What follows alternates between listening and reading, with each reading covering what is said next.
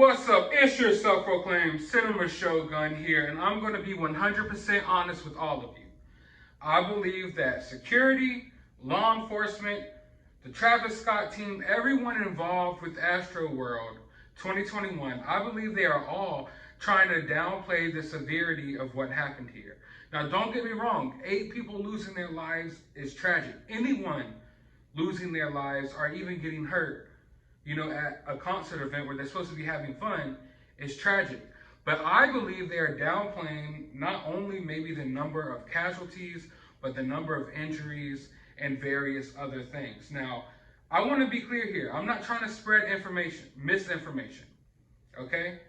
So some of what I'm going to be saying here is speculation, and some is going to be facts backing up what I just stated, that I feel like they're trying to underplay the severity of what happened here. I'm going to start with the speculation. Now, this is just me speculating, like I just said. Now, Disney World, Disneyland, they use this certain strategy, whereas a lot of people die at their theme parks every year. I'm not saying a crazy amount of people, but a good bit of people die at Disneyland and Disney World every year.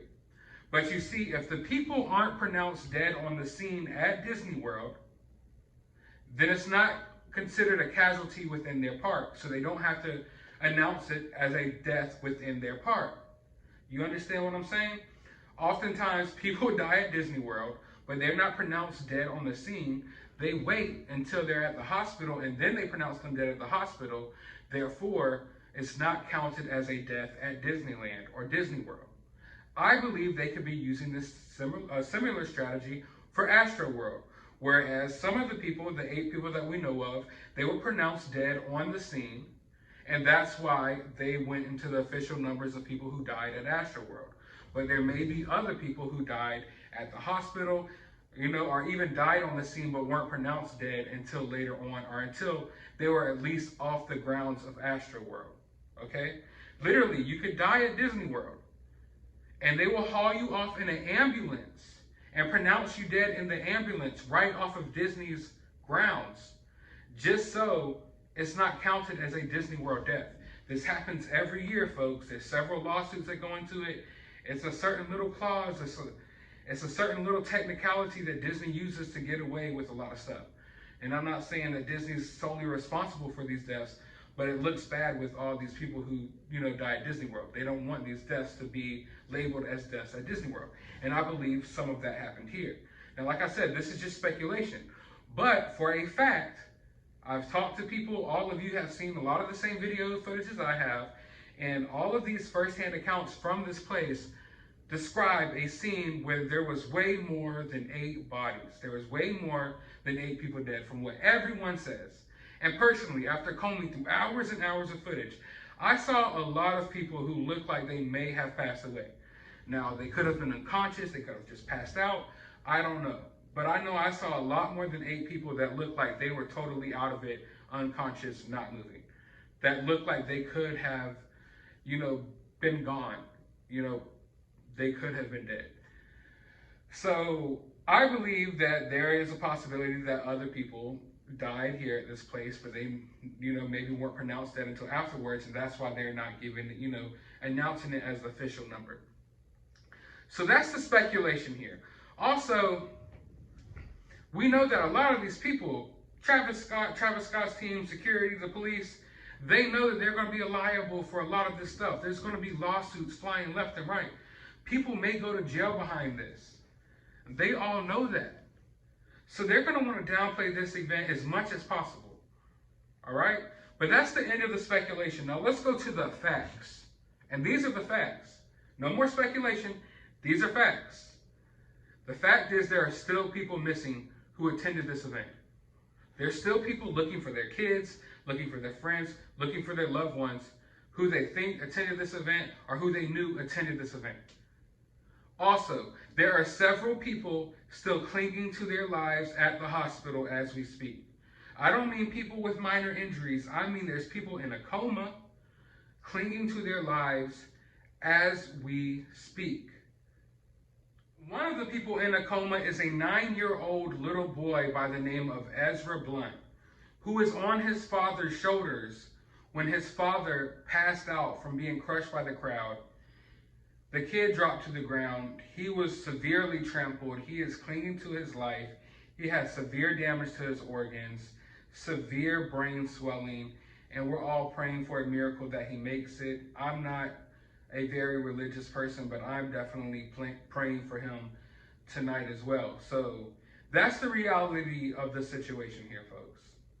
That's the reality of how severe this case is. And that's why I tell you guys that they're downplaying how bad this situation is.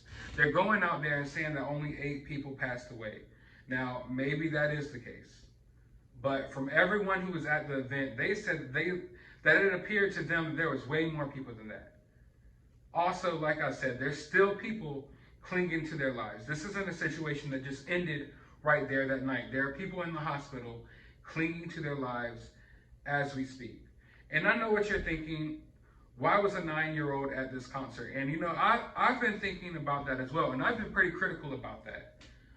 But something really dawned on me today that I want to talk about real quick. We all question, why was a 9-year-old at this event? Why was a 10-year-old at this event? I would never let my kid that age go to the Travis Scott concert. But I want y'all to listen to this real quick. Because I agree, I would never want my kids to be at a place like this at that age either. But peep this out. Travis Scott's 6-year-old kid was also at the concert. Travis Scott's pregnant girlfriend, Kylie Jenner, was also at the concert. They both made it home very safely, without a scratch on them. So keep that in mind. Before you're critical of the parents who allowed their kids to go to this concert, Travis Scott's own kid was at the concert, and his own pregnant girlfriend was at the concert.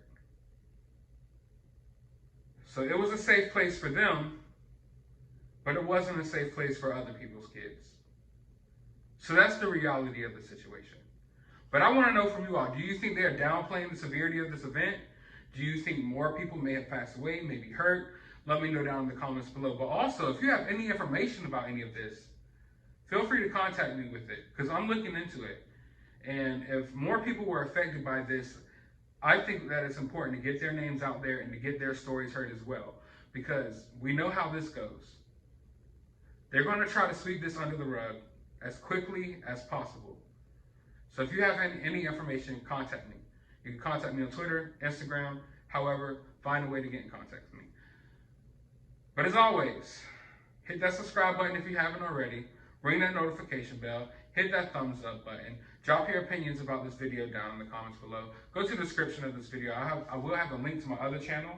I do have some first-hand accounts of what happened at AstroWorld over on there on that channel that you might want to listen to. I will also have a link to my CashApp if you want to support the channel to get better video and audio equipment. And I will have a link to my Twitter so you can follow me and contact me with any information on there. But as always, be safe, y'all, and find some time out of your night to go watch a movie.